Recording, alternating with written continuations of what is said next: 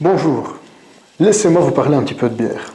De bière belge en tout cas aujourd'hui, de l'image de la bière belge à travers le monde. On le sait bien, la bière belge est réputée quel que soit le pays dans lequel on va. Alors, ici facile, une brasserie quand même relativement connue, Duvel Moordgat, qui a quand même un certain poids mais qui innove. Ici j'ai la Duvel classique, mais on peut citer la Triple Hop, on peut citer les mini Duvel, etc. Preuve que la scène belge est encore extrêmement vivante et dynamique. Mais ça, on en reparlera une autre fois. Aujourd'hui, ce que je voulais partager avec vous, c'est justement cette vision que le monde entier a de notre bière et que peut-être nous oublions. La preuve, la Fédération des brasseurs a dû lancer une campagne fière de nos bières pour que des étrangers rappellent aux Belges que nous avons quand même les meilleures bières qui soient. Il y a plein de choses qui le montrent d'ailleurs. Partout dans le monde, vous avez des bières style belge. C'est un type de bière qui n'existe même pas, mais pour vendre, avoir le mot belge sur sa bière va être porteur et va bien fonctionner.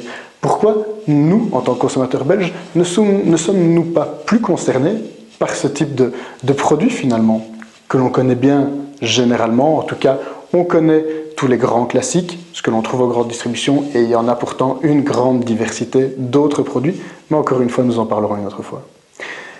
Ce qu'il y a aujourd'hui, c'est qu'on retrouve un besoin de plus en plus grand pour les brasseries belges d'exporter. Elles l'ont toujours fait, bien évidemment. Mais Chimay, qui aujourd'hui, ou en tout cas dans quelques semaines, va commencer à commercialiser des fûts de Chimay bleu, ce n'est pas pour le marché belge évidemment, c'est pour les États-Unis. Ce type de produit d'exception, bière trappiste, aux États-Unis peut faire un malheur. Malheureusement, les bouteilles ne sont ni pratiques, ni facilement ramenables, bref, une logistique difficile. De plus, avoir des bières au fût, c'est toujours plus vendeur. Et donc, d'un point de vue marketing, Chimay développe un tout nouvel axe à travers ses produits. Ce ne sont pas les seuls. Vous pouvez découvrir des sociétés comme Iris Ameuro, qui va importer, ou plutôt exporter nos bières belges vers la Colombie, et c'est là un signe de grande gastronomie.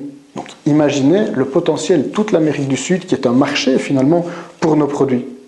Encore une fois, ce ne sont pas les seuls, on va remonter un petit peu au nord, Festibière de Québec, un énorme festival, une grande festivité de bières québécoises, à Québec bien évidemment. Eh bien, une association, un partenariat avec Namur Capitale de la bière fait qu'il va y avoir cette année un troquet belge. Imaginez des centaines de mètres carrés sur un festival uniquement pour mettre en avant la bière belge. Et je peux déjà vous garantir que ça va être un succès. Donc, nous avons besoin, en tant que Belges, de garder cette notoriété, ce leadership sur le marché brassicole. On va y revenir un petit peu plus tard parce que ce n'est peut-être pas toujours le cas. Mais pensez que toutes les brasseries aujourd'hui, les brasseries belges, gardent une notoriété extraordinaire à travers le monde. Et ça, il faut surtout continuer à le travailler et à le garder. Je vais terminer sur ces quelques exemples, mais les lambics, les fameuses gueuses, les bières de saison, tout ça sont des styles de bière tout à fait belges. Alors surtout, ne le perdons pas et surtout, faisons-le savoir à l'étranger. Allez, à bientôt et santé!